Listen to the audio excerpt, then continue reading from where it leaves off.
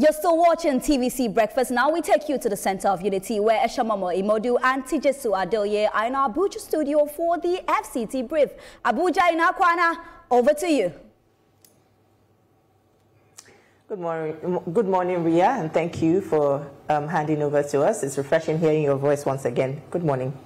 Good morning, Nigeria. It's a great Monday morning, and it's good to start the week with you. Okay, let's start this way. Yeah. Let's go. A brand new week dawns, and we're rising with it bright, sharp, and ready to deliver the freshest story shaping Nigeria and the world. This is FCT Brief, and thank you for joining us.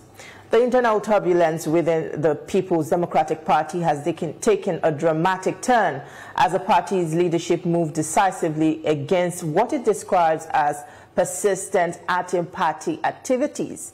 In a bold and far-reaching move, the PDP has expelled key political figures, including Nyesom Wike, FCT Minister and former Governor of Rivers State, former Ekiti Governor Ayodele Fayose, and Senator Anyanwu, among others. The expulsion marks a new phase in the party's attempt to reclaim discipline, rebuild its foundation, and reassert its identity ahead of future political contests. This development has sent ripples across the nation's political landscape, raising questions about unity, loyalty, and the widening cracks within the opposition party. For many Nigerians, the decision signals both a moment of reckoning and a test of the PDP's internal cohesion. As the party strives to regain traction, these expulsions may either strengthen its resolve or deepen the fractures within its ranks. On today's edition of FCT Brief, we will be examining the broader implications of this sweeping disciplinary action. What does this mean for the PDP structure, influence, and political future? How might this reshape alliances, strategies, and power blocks within the party and beyond? And importantly, what message does this send to party members ahead of the upcoming electoral cycle? Joining us to dissect these issues is Anthony Elhilebo, a PDP chieftain and a keen political observer. He will help us explore the motivations behind these expulsions, their potential fallout, and what this movement reveals about the evolving dynamics within the PDP. Thanks for coming on the program. Thank you very much. You're welcome. Sir. Yeah, let's start this way. Last weekend, the PDP held its national convention. Some said, was it a national convention or a Damagon's meeting? Because there was a court ruling that said this should not hold, and also INEC that was supposed to be to be an observer, INEC was not there. And also before now, it was said that this convention is going to be an elective convention. Somebody bought form, another one took the party to court because there was going to be an elective convention. But at the end of the day, Damagun was ratified as a substantive national chairman. Now, help us understand what played out in Ibadan. Was it a convention or what? You know, the problem I have here is the level and amount of misinformation you have. I'll take it from the last statement you made. Damagun was not ratified as the national chairman. Tenumu Kabiru Turaki, SAN, was voted by 1,500 votes, or 500 and something votes, as the substantive national chairman of the PDP. Okay. It was not a Damagun convention, it was a PDP convention. The courts in Oyo State, Oyo State High Court, gave an order on Friday afternoon, which is the last judicial pronouncement. It's a particular sort of judicial term we call last in time. And that was the last in time pronouncement of the courts. Whether it was right, it was wrong, the only way you can overturn the pronouncement of a judge that has hit his gavel is to go to a higher, is either to go back to that judge to appeal or go to a higher court. And until that is done, you cannot suo motu, not obey that order. And the order was for the PDP to have its convention on the 15th and 16th as had been decided by the 108 NEC, which I have sent the notice that was signed at that NEC and sent to INEC.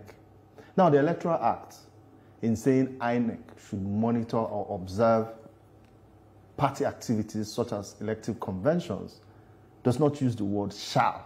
It says may. So it's not a fastidious rule. What the Electoral Act says is a must are the due notices that must be issued, some 21 days, some 30 days, to give whatever body that notification should it want to monitor that. But even in monitoring, INEC has no powers to determine what happens in a political party. Even the courts. The Supreme Court has held severally that it will not, as a matter of principle and of law, delve into political party activities. It is unfortunate that some characters have decided, as their own contribution to the ruling party's sustenance in government, to foment all sorts of terrible things on the PDP. But I'll say something. It's always important for us to realize that every democratic practice has norms, it has requirements, it has things that make that democracy enduring. Right. Our Fourth Republic has been the longest so far in our democratic experience in saying we want to practice governance through the democratic process. And that's because we've had a transition from opposition to ruling party, which happened at the federal level, at the highest level presidency in 2015, when Jonathan made that phone call. That's the highest level of democratic practice. And that was a PDP president. All right, Mr. Anthony, let's come back to the convention and the outcomes. The PDP expelled some of its members, which includes Wike, Ayodele Fayose, and the rest of them. And two governors seem to be opposing that motion. That is Governor Ahmadu Fintiri of Adamawa State, and he clearly stated that that was against the interest of the party. Now, if the chairman of the organizing committee is standing against this motion, and also the governor of Plateau State is standing against this motion, how much water does this hold, or how much of legitimacy does that motion hold if, you know, their opinion is not considered? So let me give you an analogy. And I thought about it this morning, and I needed to break this down for you and for Nigerians, exactly what is happening. Take PDP as the head of a family, or what carries a family, and it is sick, it has a cancer, and it needed to exercise some parts of that cancer. But members of the family who had ulterior motives kept postponing that surgery so as to give undue advantage to somebody outside that family. The family decided to be wiser and understood that that surgery needed to happen. And that's what happened on the 15th and 16th of November. The PDP exercised itself of people who had hitherto no good intentions for the party, and very, very clearly so. I can give you a rundown. Ayodele Fayose had said severally that he will support the current president, a member of the PDP, a member of the neck of the PDP. We have lost all integrity, and I'm happy General Olusegun Obasanjo reprimanded him at his birthday. He said he's been behaving very badly. Now let's go to the Minister of the FCT. He holds one of the primest positions in this APC President Bola Ahmed Tinubu government. Who do you think he will serve? The interest of PDP? Not at all. I'm aware and I'm privy to conversations trying to resolve this issue. And do you know what his condition was? That the party should not put up a contest against President Bola Ahmed Tinubu. Who says that? Who is he? Okay. He is a product of PDP. He is a product of the benevolence of PDP. Because Heteto now, without the intervention of PDP in his life, nobody would have heard of him.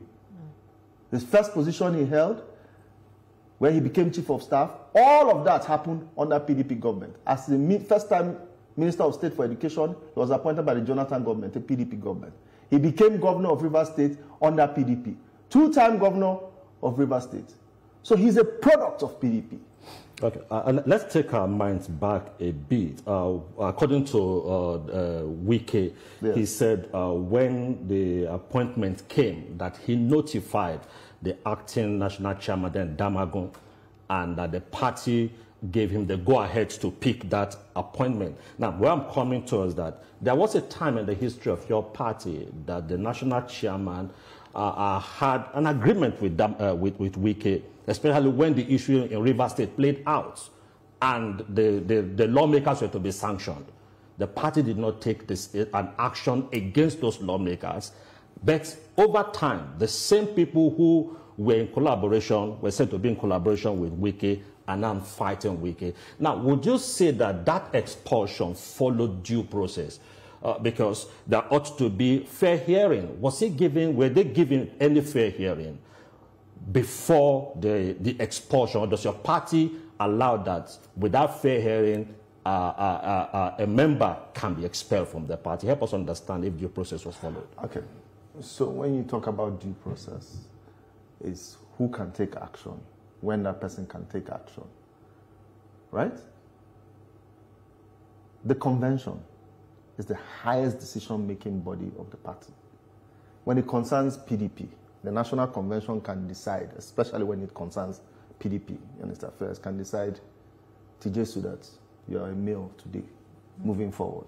And once the convention takes that decision, it becomes a norm in PDP. It becomes what it is. His Excellency, the Minister of the FCT, unfortunately, has several times indicted himself publicly by saying that he will support another party's candidate. But the question is, was there a due process? Before you got to the convention, was he served a query to appear before which committee? Then you resolved that the National Convention should act based on the report of the various committees that were set up. So the National Convention doesn't need a committee to act. It just needs a motion. I don't know if I'm clear. The National Convention, if it was the NEC that expelled him, there is a process for NEC. That means the disciplinary committee led by Chief Tom Ikimi would have to have done a report. And by the way, there's a report from Chief Tom Ikimi expressly giving those recommendations. And it was moved at NEC, but was stood down. And do you know why? Like I said, PDP had 5th columnists working for them. And the outbursts of some of them, for me, was an uncovering, was a revelation, a public display of those who had hitherto now been the problems of PDP. Because PDP could have dealt decisively with this issue a long time ago. And saying Damagun, I had a conversation with him 10 days ago. I had not spoken to him for a very long time. And I wanted to know why he allowed this to fester. And he said to me, he said, he used an analogy of a fly on a sensitive part of your body. Would you use a hammer to hit it? You'd be cautious and wait till the best time to do it. The governors, even the chairman of the convention, never saw what was coming. Because if they did, they would have stopped it. And that would have continued to put PDP in the position. Look, I wish the Honorable Minister well in his new journey. I wish he would become serious. And since he's a darling of the APC, stick with them and make that party work. Well, while the rest of us rebuild what is left of the PDP. You spoke about this expulsion being about anti-party activities, right? And some people are alleging that why Wike was suspended is probably because he exposed some uncomfortable truths and the internal decay in the party. Is this so? The most uncomfortable truths. is the fact that PDP has kept the minister in the party for the last 1 year. It's the most uncomfortable truth, and I'll tell you that everybody kept saying, you cannot allow this man's impunity to continue. And you know, it's tragic that it happens in a week where his impunity is called out and the whole country sees it for what it is. That this man does not respect institutions, does not even respect where he's coming from. I'm a very young person. I'm much younger to him. I'd expect him to behave better because I'm looking up to people like that to set an example. But he has set very terrible precedences. And it's unfortunate that there's nobody that has the bravado to call him out until Yerima did so. Sub-Lieutenant Yerima. That was the beginning of standing up to Wike. You cannot continue to take people. You cannot continue to take a whole party for granted. And that's what you saw on Saturday. The celebration, I have not seen, except for his cronies, anybody that is unhappy with that decision, except for people. I can tell you the reason why both Governor Fintri and Muftwang are supported, because he supported them when they were doing their elections. He was a key backer. So you don't expect anything less from them. They have protected him all this while in the party. So it is important that we reset the clocks. And for any Nigerian, it's important that you have a virile opposition. Nigeria has not, and I'll admit this, the PDP has not been a virile opposition in the last 2 years. Why? Because you have people like this festering and fostering the problem. We shouldn't even be discussing this today. We should be discussing the new outlook of the new ESCO of PDP and what they intend to do differently. Okay. Earlier you said nobody was able to call out the minister until the lieutenant, yes, the naval officer did that. Stood up to him. Does that not show, does that show that the PDP that had the power to discipline its members, you have the board of trustees, you have the NEC, you have elders of the party, and I remember those people who say they have a way of dealing with internal mechanisms. Now, is that not an indictment on the system in the PDP that they could not call their own to order until a military officer did that? No, I think what had happened, it was eventually going to happen. But you see, maybe Wike should have been aware of the eyes of November. You know, maybe he should have been aware that an undoing will come. You know, sometimes you just carry on and think that you're invincible. But God is the only invincible being that reigns supreme in the affairs of man. And we must respect that. You must be careful. You must be cautious. You must respect institutions. If you are not with PDP, simply focus on where your bread has been buttered and service that institution. Do not become a clog in the wheel, because it's not just that. I'm not even speaking because I'm a PDP member. I'm speaking as a Nigerian who understands the implications of not having a virile opposition. Whether it is PDP, APC, let me tell you, in 2014, Doyin Okupe, then SSA to President Goodluck Jonathan, had a small tete-a-tete and was going to brief the president about APC as a threat as was being formed. And then most everybody was telling him, don't make sure they are not formed. And I raised the loudest opposition to that and said, no, we need opposition. Let me tell you, in the last 3 weeks since Donald Trump made his comments about Nigeria, have you seen how the Nigerian government has been? 2 years, they didn't appoint ambassadors. All of a sudden, they are running everywhere. They are more active on social media. They are now telling us things. They are speaking. We are seeing action. And I said, Donald Trump playing the role of opposition. What you need is an opposition to galvanize government. And anybody that is stopping that from happening does not mean well for the country. Because even every human being needs to go to the gym. You need to challenge your body. So government needs to be kept on its toes. And anybody stopping that must be resisted. It doesn't matter what it takes. It doesn't matter what will come after you resist that person. But definitely, by all means, necessary and dictated by your dedication to the country, you must resist that person and continue to keep government on its toes. The government is coming out with a policy. I expect the PDP, and we will start doing that now. You will see. I expect the PDP to say, no, you can't do this. Why are you doing this? Provide alternatives.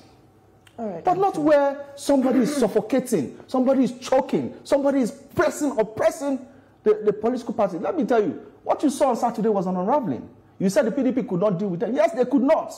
Until they got to a convention and a motion was moved. Because any other thing would have been aborted. The governors are in control of the NEC. So imagine a Fintri at NEC and you want to expel Wike. He will not allow that NEC happen now. So the only way that it could have been done was at a convention. And it doesn't matter what happens next. Because the PDP has exercised itself of the weight, the excess weight that has been keeping it down. Now it's lean, mean, and watch out for what it's going to do. Well, Anthony, it's a good one that you cited all these issues, but let's take a look at the internal mechanisms of the PDP. And now that public trust is at an all-time low in the PDP, we see exit of governors, we see exit of senators, lawmakers, and all of that massively out of the party. Can you identify any concrete action, not just slogans now, not just, mere words, that will reignite trust in the PDP to see it as a viable opposition? First, 15th, 16th, the convention has held.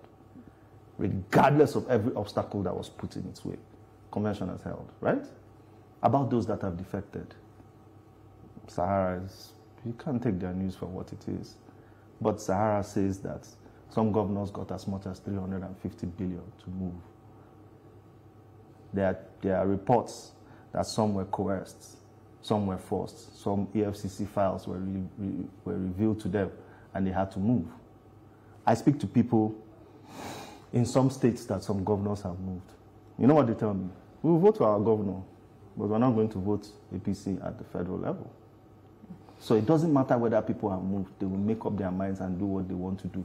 In 2023, I was with someone who was polling for the elections. And we called it in Delta State. Delta State was going to get 13% at the presidential. We polled for the state, and Delta State was incidentally going to win at the state level, which meant the people could distinguish between which election was more important to them to preserve their party or whatever they wanted to do. So now if you're admitting to monetary inducement, how are you so sure that that is not the situation that will play out in 2027? If they were able to coerce some of your governors to leave your party and you're alleging monetary inducement, how are you sure that the people will not be induced as well? And when you have a cleanse, you have a few righteous few who come up to the front and they cannot be induced, they cannot be bought. But if we had gone the way other people were suggesting and had a compromise of people who were sponsored, so Wike will bring some of his people, Sam Daddy will bring some of his people, those are the people that would have been compromised in 2027. But when you have people who have seen that they had to do an expulsion on the convention ground, which is relatively, I think only Vincent Ogbulafor was expelled ever at a convention, right? This is the second time, very, very, very senior members of the party. Now you've seen that happen. Are you going to still compromise your party? So it's a lesson for many. So ahead of 2027, would you say that the PDP is done with the court cases? Because those who just expelled are not done with going to court. Of course, mischief makers will continue what they have to do. But the courts, the Supreme Court... So how do you keep fighting in the courts when election is just less than 2 years down the line? Well, I don't think these matters will get into... It's a matter of national importance for the courts, and the courts usually take these matters very serious. I think all the way to the Supreme Court, 7 months, give or take. But everybody knows where they stand. Everybody knows what is happening. And some of these things, by the time it gets to become an academic exercise, because the party would have since sat on what it needs to be and be what it needs to be. And by the way, don't think that there are no other options, escape routes, and things that these people have planned. You know, we cannot sit back and allow it. There's been a full stop. The cancer has been exercised. It will try to fight back. We know this. And that's why the current chairman of PDP is a senior advocate of Nigeria. So if it comes to legal battles, you're sure that you have an experienced person at the helm of affairs. But what is more important is the service to Nigerians by the party. every party has a service expectation from the people. If you're an opposition party, you're expected to provide virile opposition. If you're a ruling party, you're supposed to provide programs and policies that will drive better your state, your country forward. And that's what we expect. That's the minimum, the bare requirement, the barest requirement that is expected. So we're not just, I won't sit here and speak out of malice. I have no beef. I have nothing against anybody, but I will speak the truth. And I'll tell you, if you don't do this, these are the consequences. In 2015, we had progress, but it was truncated. Look at where we are today. The dollar is 1,450 and we're celebrating. The dollar was 185 at that time. But we won. That are stable macroeconomics and microeconomics, but people thought it was just false talk. All right. But we're back here, and PDP needs to get Nigeria back to 2015. At least, at the barest minimum, reverse these things. Let me tell you, today, the average Nigerian has no trust in your public institutions. He has no trust in INEC. He has no trust in the judiciary. He has no trust even in the political system. But I tell you what, we need to bring back this sort of public confidence in all these institutions. All right. We hear you, and indeed, and we must bring back public trust, because that is quite genuine. We must say thank you so much for your contributions on the program. It's a delight. It's a delight speaking with you. Thank you very much, Jesu. That's why we'll leave our conversation this morning. We're glad you could be a part of it. We'll now hand you over to Lagos, where Ria and the rest of the team are standing by to continue with the rest of the show.